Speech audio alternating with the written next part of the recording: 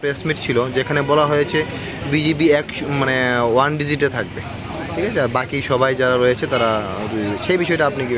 না, এটা তো এই সমস্ত কথা যারা বলছেন এই বিগত নির্বাচনগুলি 13-এর আগের নির্বাচনে কংগ্রেসের কথা কিন্তু বলতেছি। আপনারা জানেন কংগ্রেস ভবনের সামনে না মাত্র 24 দিন, না মাত্র 20 দিন, একটা দিন আসতো যখন ঘন্টার হিসাব দেওয়া হতো, আর মাত্র এত ঘন্টা এই সমস্ত দেওয়া হতো। এখন এই যে এই সমস্ত পরিস্থিতি, এটা তো সিপিএমও এখন এই রোগে আক্রান্ত, তাদের রোগে। তো এটা তারা বলছেন বলুন, তবে এগুলি তো কোনো অসুবিধা নেই। কিন্তু কয়েকদিন আগে আমাদের যে প্রাক্তন মন্ত্রী, প্রাক্তন সাংসদ, সিপিআইএমের সাধারণ সম্পাদক, মমতা একজন সিনিয়র লিডার, যেইভাবে পুলিশের একজন আধিকারিককে, মহিলা পুলিশ আধিকারিক হিসেবে যে ধরনের আনপার্লামেন্টারি ওয়ার্ডস, সাংবিধানিক শব্দের ব্যবহার তিনি করেছেন, উত্তেজক ভাষায় গালিগালাজ করেছেন, তার নিন্দার কোনো ভাষা নেই। উনি কী দৃষ্টান্ত স্থাপন করতে চাইছেন? উত্তেজনা ছড়ানোর একটা চেষ্টা তো আছেই সেখানে, কিন্তু একটা দৃষ্টান্ত মানে এই সমাজের কাছে দিচ্ছেন তিনি। এটা তো খুব একটা মানে খারাপ দিক আমি বলবো, এবং এই বিষয়ে পুলিশকে একটা সমুদ্র কেস নেওয়া উচিত, স্বেচ্ছায় একটা মামলা নেওয়া উচিত জিতেন চৌধুরীর বিরুদ্ধে, এবং ইলেকশন কমিশনেরও এক্ষেত্রে একটা ভূমিকা নেওয়া প্রয়োজন। এখন যে ধরনের শব্দ তিনি, আপনারা সবাই দেখেছেন, আপনার টিভিতে বারবার দেখিয়েছে, ইলেকশন কমিশনারের দৃষ্টিতে আসার কথা বিষয়গুলি। মহিলা পুলিশ আধিকারিককে যে ভাষা ব্যবহার করছেন তিনি এবং যেভাবে শেষাচ্ছেন, কী ধরনের সংস্কৃতি। এবং তো ঠিক আছে, এর আগেও অনেক আধিকারিককে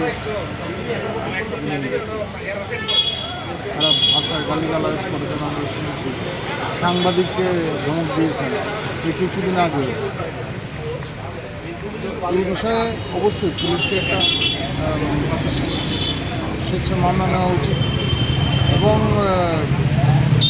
নির্বাচন কমিশনকে ক্ষেত্রে একটা ভূমিকা নেওয়া প্রয়োজন, সর্বোচ্চ ভূমিকা নেওয়া প্রয়োজন বলে আমরা মনে করি। আচ্ছা, আপনারা তো নির্বাচনে কাজ করা হয়েছে এবং আপনাদের একটা অ্যাসেসমেন্ট রয়েছে, কতগুলো সিট আশা করছেন? ভারতীয় জনতা পার্টির সরকার হচ্ছে, এবং পূর্বে যে আমাদের আসন ছিল তা অনেকটাই ছাড়িয়ে যাবে। এখন পর্যন্ত আমরা বিভিন্ন মণ্ডলের থেকে তো হিসাব আসছে, প্রত্যেক বুথের সমীক্ষা আসছে, সেই অনুযায়ী কোনো সন্দেহ নেই যে ভারতীয় জনতা পার্টি সরকার হচ্ছে। কিন্তু আজকে ইভিএম ভোটের দিন ইভিএম স্প্রে নিয়ে একটা অভিযোগ করেছে। এটা হচ্ছে সম্মানজনক পশ্চাৎপসারণের প্রাক প্রস্তুতি। ইভিএম নিয়ে প্রশ্ন তুলবেন, ইত্যাদি করবেন, তো প্রাক প্রস্তুতি, এই অভিযোগটাই পরবর্তী সময় আনবেন তিনি। এটা হচ্ছে সম্মানজনক পশ্চাৎপসারণের প্রাথমিক প্রস্তুতি আজকে। আরেকটা জিনিস দেখা যাচ্ছে যে বিভিন্ন সোশ্যাল মিডিয়াতে 1 তারিখ 2 তারিখ কোনো মন্ত্রী বিধায়ক বা যারা প্রাক্তন মন্ত্রী বিধায়করা মানে রাজ্য ত্যাগ, সেই বিষয়টা মানে দল কীভাবে দেখছে? আমার জানা নেই এই ধরনের কোনো কাজে, বিশেষ কোনো কাজে যাচ্ছেন কি না, তবে এই মানে একটা গুজব ছড়ানোর চেষ্টা তো আছে।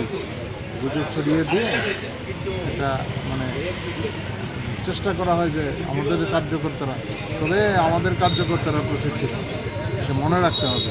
তাদের এই প্ররোচনার ফাঁদে, এটাও একটা প্ররোচনা, এই কারণে নরমালি তাদের কার্যকর্তাদের বুস্ট আপ করার জন্য আমাদের কার্যকর্তাদের একটু কোনোভাবে তাদের মন ভাঙার চেষ্টা তারা করছেন, এগুলো তো সফল হবে না। সর্বশেষ আপনাদের যারা কার্যকর্তা বা যারা রয়েছে তাদের উদ্দেশ্যে কি বলবেন?